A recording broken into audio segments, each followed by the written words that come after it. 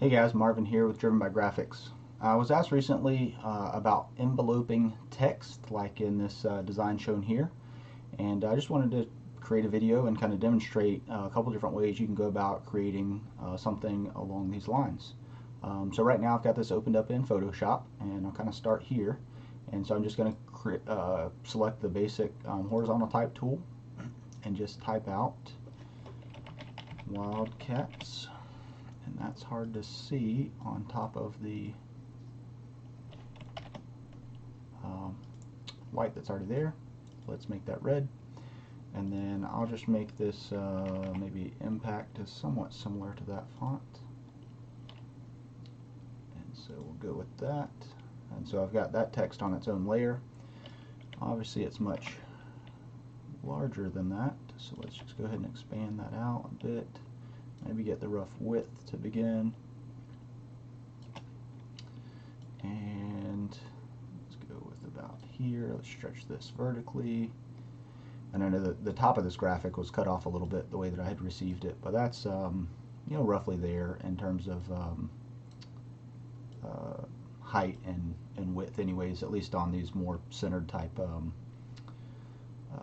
letters there. So, and the way I got this box here was I used the transform shortcut Control T to bring that up. I'll hit enter there. You can also use the transform controls here and just select that on and off. My preference is the default, which is to have them off, or at least that had been the default for a little while prior.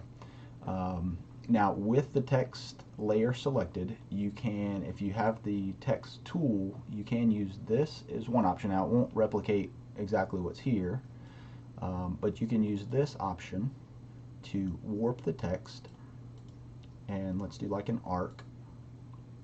That is a huge arc, so let's see if we can get that down a bit.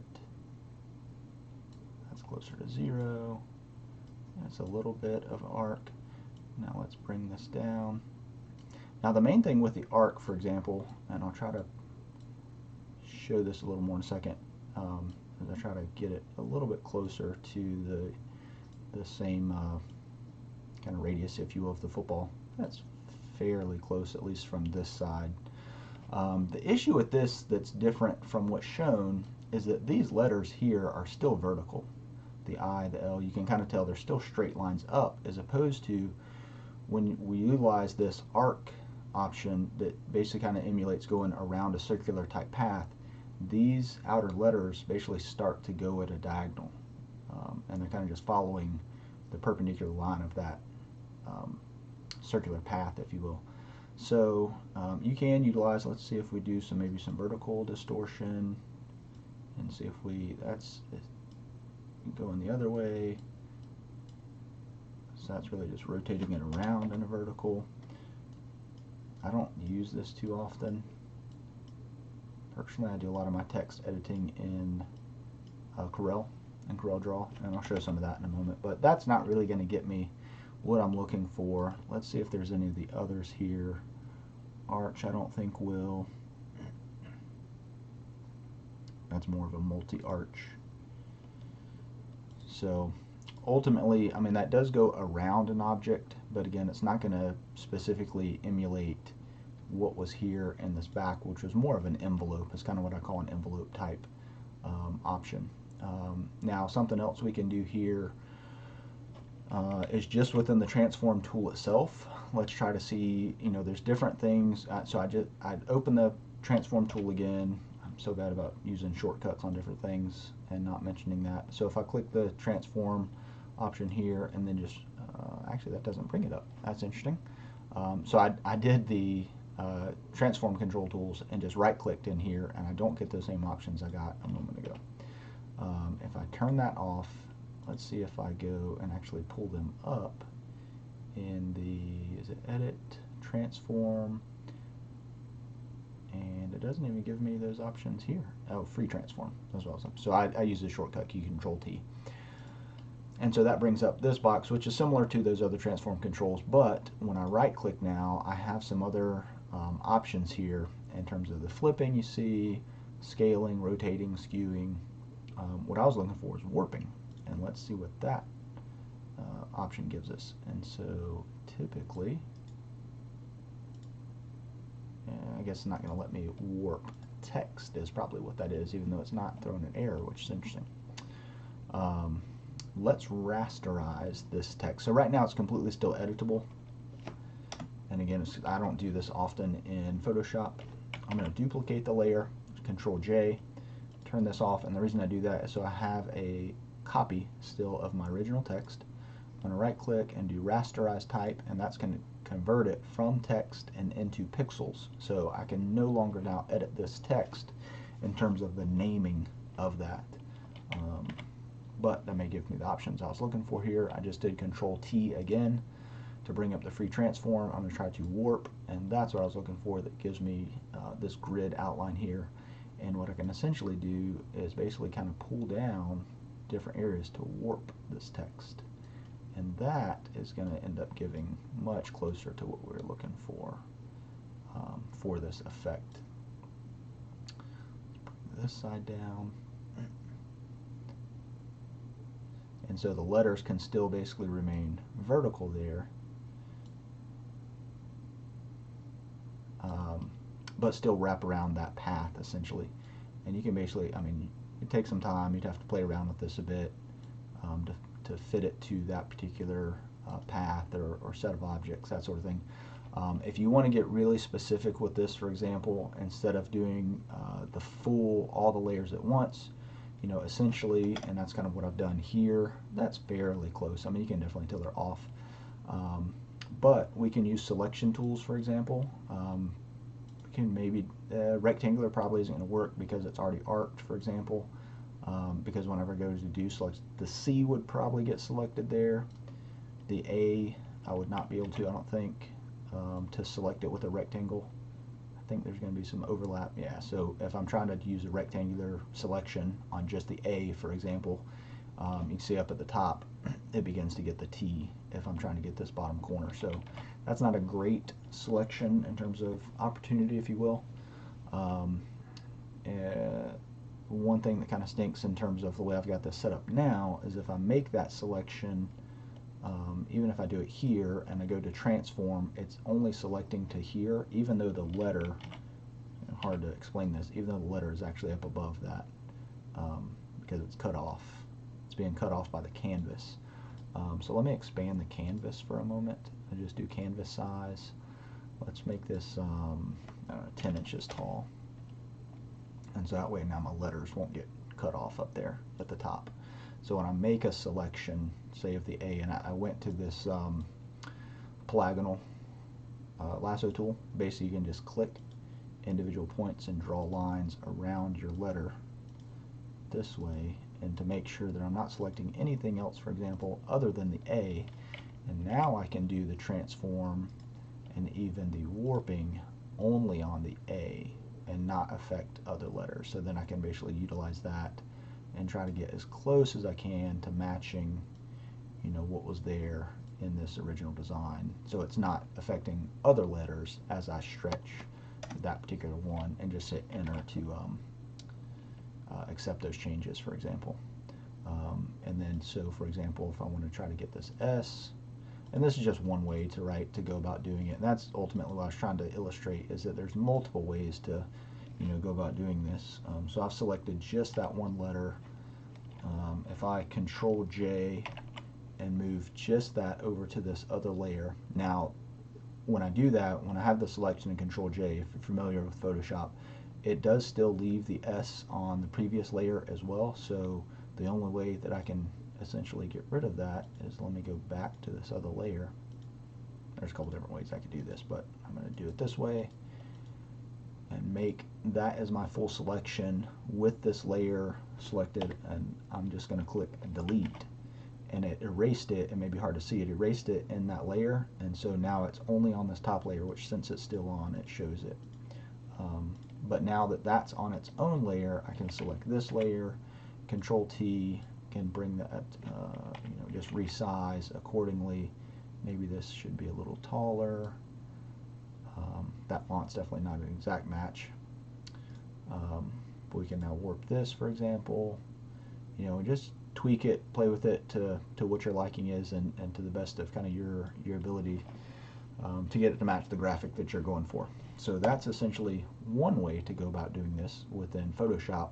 Like I said, it gets it really close, maybe not exact. And the thing with matching some stuff that somebody else has done is you really just kind of take your best approach and guess at how they went about doing it. You know, another way, for example, is simply to use, say, the pen tool, for example, and it may not be within this set of tools, and I don't think it is. You can always change your workspace, which sometimes gives you access to different tools. Oh, the pen tool is down here. Is this pen tool. Is so you can basically, let's create a new layer. So I've got a new blank layer. And this one's a little bit hard too, because some of the letters, for example, you can tell they kind of go off of the canvas, especially the C here that would be rounded a bit. But if you're trying to make an educated guess on, say, where the corners are, you know, we can essentially draw our own letters, so that's an option. And so that's kind of what I'm doing here. And it would be better if I really zoomed in also. But I'm just doing this quick and dirty, just kind of illustrate, you know, a way to go about doing this. And there's plenty of videos specifically on pen tool, for example, using the pen tool. It can get pretty complex, but that is a letter on that layer, or a shape anyways that's on that layer. And let me get back to my pen tool. And so I can now, you know, basically a bunch of different options when I'm using the pen tool, and select that path, for example. You can end up filling the path, adding a stroke to it, you know, all sorts of different things. I'm going to make a selection out of that, and so it gives me the little marching ants there, and then I can fill that in with a color. So let's make that this goldish yellow color, right? And so it's not necessarily an editable letter, but that's again another way that you can end up getting, you know, somewhat matching type of a font, if you will. And this is in the case, maybe you don't know what that font is, or maybe it's hand lettered, something of that nature, to kind of replicate that. Let's hop over to CorelDraw. I've pasted in same image and see how close we can get to here. So again, just pick the text tool itself. By default, it's set to Arial. Actually, I'm going to type in Wildcats. Let's change this again to Impact, which is what I was using in Photoshop. Make this a bit larger. And then let's just change this to red because it stands out quite a bit on here. And I'm going to try to just match up this line, this left edge of the letter D, left bottom here, so then I can expand. Maybe it's roughly that tall, supposed to be, and then play around with the width a bit to again just get it in that, you know, rough close ballpark on, you know, what the width and height may be for that lettering. That seems to be about right. I was looking inside here, trying to match that up a little bit. So that's fairly close. There's some different things within. It doesn't look like I have the text Docker open. If you're not familiar with Dockers and Corel, under the window option here, you have Dockers, and all these are different Dockers ultimately. Let's show you what those are. So I brought the text one. This is the text Docker. You have an objects Docker. So this lets me select different objects. So if there's multiple layers, it would allow you to select each one. One thing I would maybe like to do in this is with the Wildcats back here, maybe, you know, I want to make sure I don't accidentally move it as I'm trying to get a good match on this lettering. So one thing I can do is use the lock over here, and so that locks it in place, so now I can't even select it to accidentally move it. So that's within this objects Docker. Let me go back to text though, and you know, different options within the text itself, between font type stuff, sizing, colors, so on and so forth. This is paragraph spacing, so line height, for example, in between. So all sort of different options you can select and utilize to manipulate text in here. I'm not going to do any of that, but I'm going to hop over to my envelope tool. And this is kind of one of the things that I thought, my initial guess when I got this question for this particular graphic, was I went straight to enveloping, for example. And so I think maybe it's either a straight line or an arc, probably an arc type of envelope. So I'm just going to select this arc and click Add New. And basically it changes this box here a bit. And actually what I should have done, let me escape that. And the way that this works a little better in my mind is that if I extend this down to make it the height of, say, this outside letter, for example, of the W, I try to match, let me scoot over, roughly this height, for example, and I know this isn't an exact match either, but just kind of illustrate the tool. I'll click Add New again and go to Arch. And I think this may be a combination of both something on a path as well as some enveloping. But that again just gets us fairly close to what that envelope may be. And then you can kind of bump this over so I can tell there's maybe some rotation in here also, just because of probably how the picture was taken, as opposed to the graphic is probably straight itself. But you know, that trying to follow this path around this football with the lettering, I'm just rotating, you know, the text around a bit to try to get it to match as best as we can. You know, something along those lines starts to follow the football that's here, and it, like I said, it could be just the picture itself is not straight. So many different variables there, but so let's straighten that back out to make it, you know, if you're going to actually try to cut this on something, maybe out of vinyl or something along those lines. But within the enveloping there, very easy to do that, to just arc kind of this bottom. I'll also show, let me undo a bunch of times and get back to the original, if I can. See how many undos I did. There we go.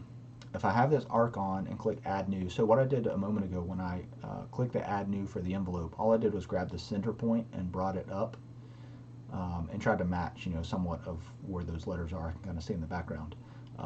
But let me show you also, there are kind of some like hotkeys. I don't know the actual name for them, but essentially if you hold down, say, Shift, for example, and pull, you can kind of see it's also doing the top as well. So it brings both the top and the bottom in towards the center symmetrically, so they're arced in the same. So it does something like that. That's a cool effect as well. Let me undo. And then also, I believe it's Control will arc that also up. So if you want them to follow in a upward direction, to do something like that. And then you can do, you know, you can basically arc one and then, you know, arc the other separate. So like now I'm just doing the bottom, so the top has this arc that maybe I set earlier, or you can manually do, you know, either or type 1 individually. But if you hold down those keys, say for example Control, you know, that brings them both in the same direction, or Shift, for example, in the opposite direction, so they kind of bubble out or in. So very neat features there within Corel to utilize with the enveloping type tool, and that's just within this arc mode. There's all these different shapes that you can kind of put text into, you know, this little bubble type deal or quote, you know, type deal. It look like a bunch of different shapes. If you want your text in the shape of a heart, right, and you can manipulate how that shape looks, for example, play around with the curves, you know, this whole thing, you know, it's completely editable. That's got the text inside there. And the neat thing about enveloping is that that text is still editable inside there. So maybe you change that to tigers. Click OK. So now it's tigers. Now the text of tigers is not as long as wildcats. And when I did this, I believe that's all left justified or none instead of center. So if I centered it, I'm not sure why it moved that over as far as it did. But again, there's just kind of tools to kind of play with ultimately. So, you know, to manipulate the text and try to get those sort of effects. So hopefully that helps overall. Different tips, tricks kind of there, at least something to play with, and an angle approach to kind of go for to, you know, accomplish something like this original design. So again, hopefully that helps. If you guys have any questions, feel free to jump in the comments or, you know, message me directly. See you again soon. Take care.